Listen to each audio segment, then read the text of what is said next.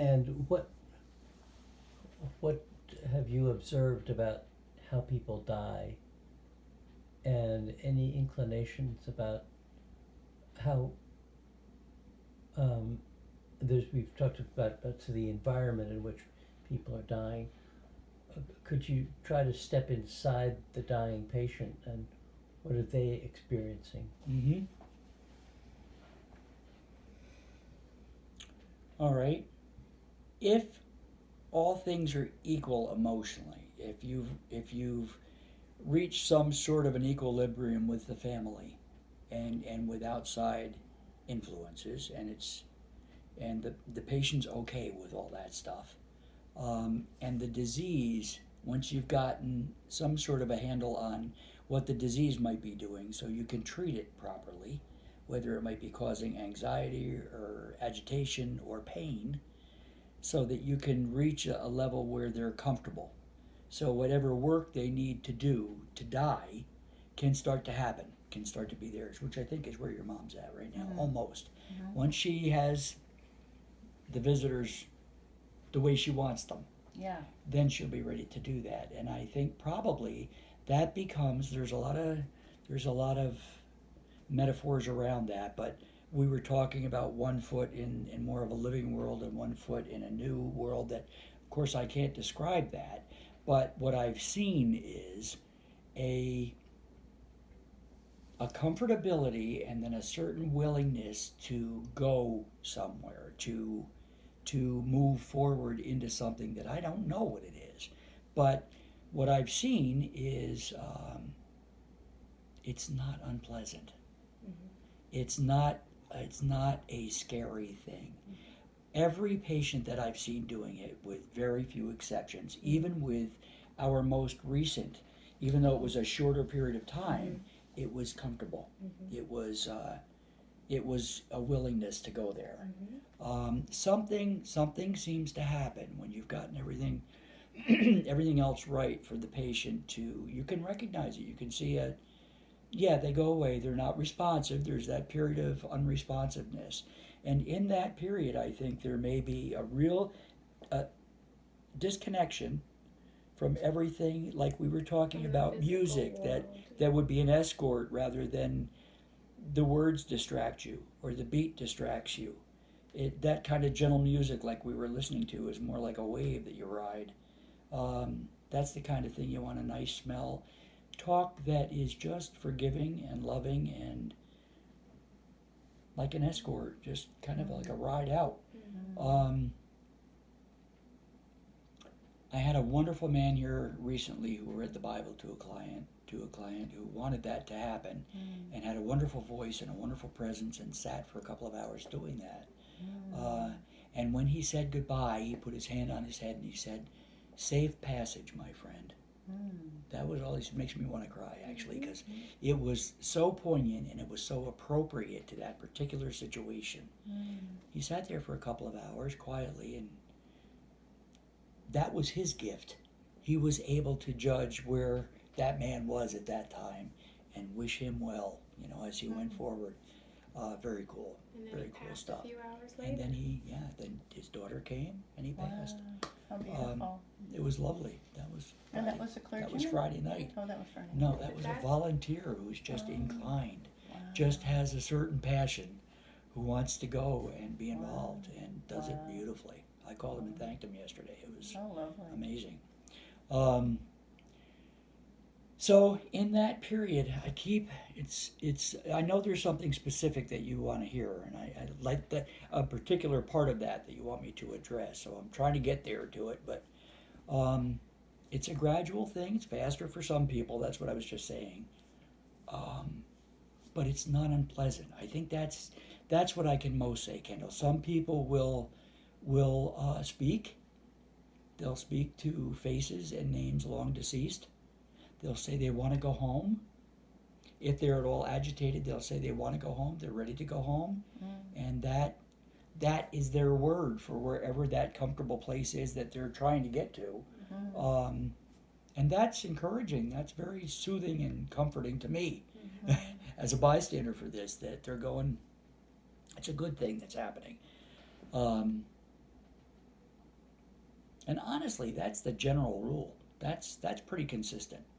That happens a lot. Most of the time, the great majority of the time. I think that's what's happening right now. She's getting ready to finish right up here, Mhm. and then she'll Yeah. she'll go forward. And so long as we can keep her from not grimacing and Yeah. not coming in touch with pain, we won't pull her back. We won't distract her from Yeah. that trip. A yeah. nice smooth sail is what we want. At some point you said something about it depends also on who's on the other side. Yeah, I think sometimes they're beckoned, if you will. It sounds a little simplistic, but I think they're welcomed. I think there is, whether it's a spirit or a sense of somebody. I don't mean that they're standing there waiting to, I don't know what I mean really, but there is a sense that they're being called, because I mentioned my father, among others, but him I have more license to quote, I think.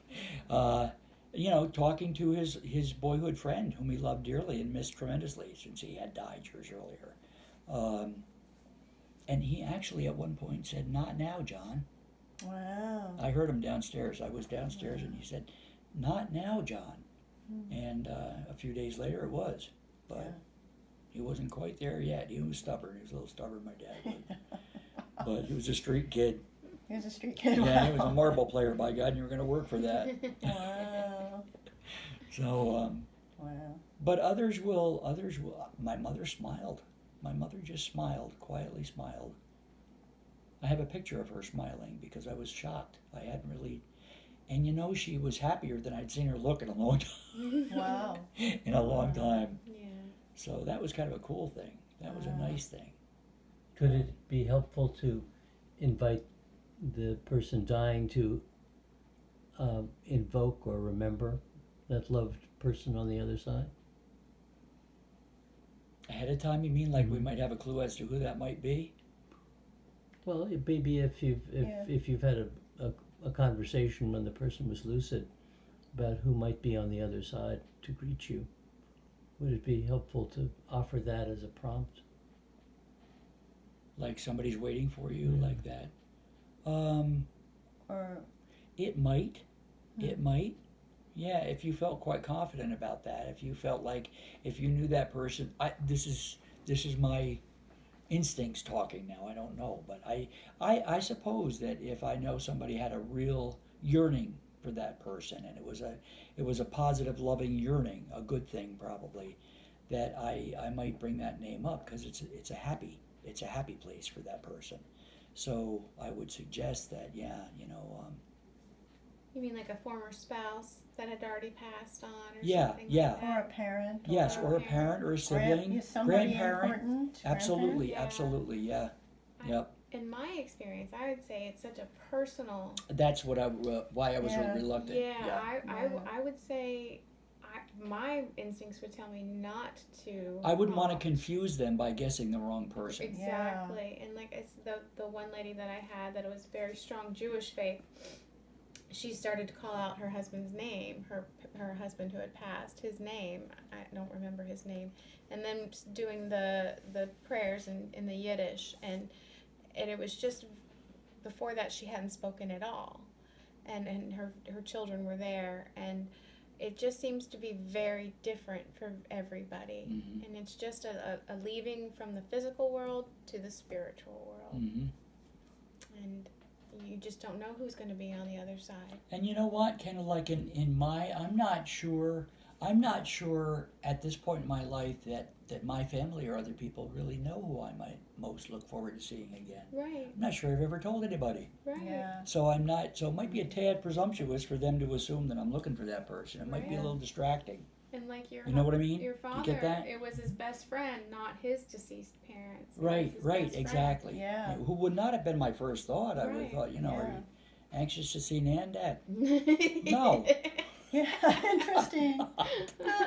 She wasn't that much fun when she was around. So, no, I'm not. It's not Yeah. now, John. Was it John? Was Oh it my his That best was God. his John. Yeah, and I Not would now, never have John. guessed John. friend? Right. But So interesting. See, I'm wondering. That's so interesting. I'm wondering. I've been wondering with my mom Mhm. actually.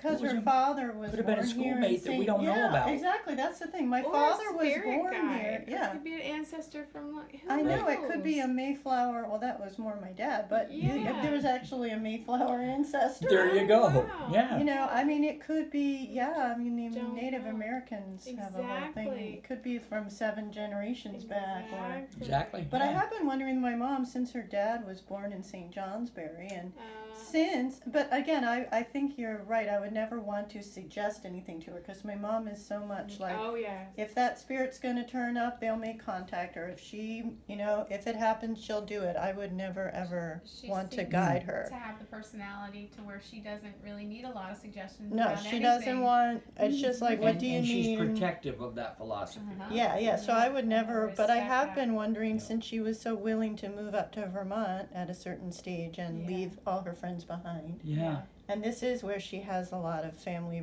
ancestral roots going way back. Right. Yeah. This is where she wanted to go. I have Yeah, asked her about and so that. I have Next wondered, chapter. is that something to do with her dad? But I, No. I And I wouldn't have want pursued to. that. You pursue that? Yep. Yeah, I and I wouldn't didn't want to. get much of a response. Yeah. So you know what? I would. Yeah. It makes sense. Like she's doing that, whatever that work is, she's doing Yep. it. That is not to say, though, Kendall, that there aren't situations where you have a pretty clear picture of having that information having been shared with you and knowing that. So if you know that, if you have a pretty good idea that even if that's not the exact right person, it's an okay person. It's you might do that. I tend to do exactly what you said, though. Probably not go there. Mm-hmm. It's about not giving distractions, I think. Sort of getting out of the way Yes. of Yeah, the you person's said that yesterday. That's process. exactly right. Yep. Like with my dad, I would love to say, Dad, just stay here overnight. It's gonna be okay. We'll take care of you. Just do it. But he's got to I've got to get out of his way because there's that part of me that wants to just kind of Mm-hmm. Mm-hmm. have him be a little more taken care of. But if he doesn't want that, that's his choice. From a gerontological perspective, too, very much a lot of trying to deal with aging parents is only a 51-49 thing. It's a difficult place to get to the 51 part and become the parent sometimes, which sometimes you got to say, no, this is what you need to do. And maybe it's because you can't help him if he doesn't do that. You know what I mean? Yeah. You've got to protect the situation, Yeah. and you believe in your heart he can live through that day. Yeah. But I need this now. Excuse me, folks, that's probably snuffing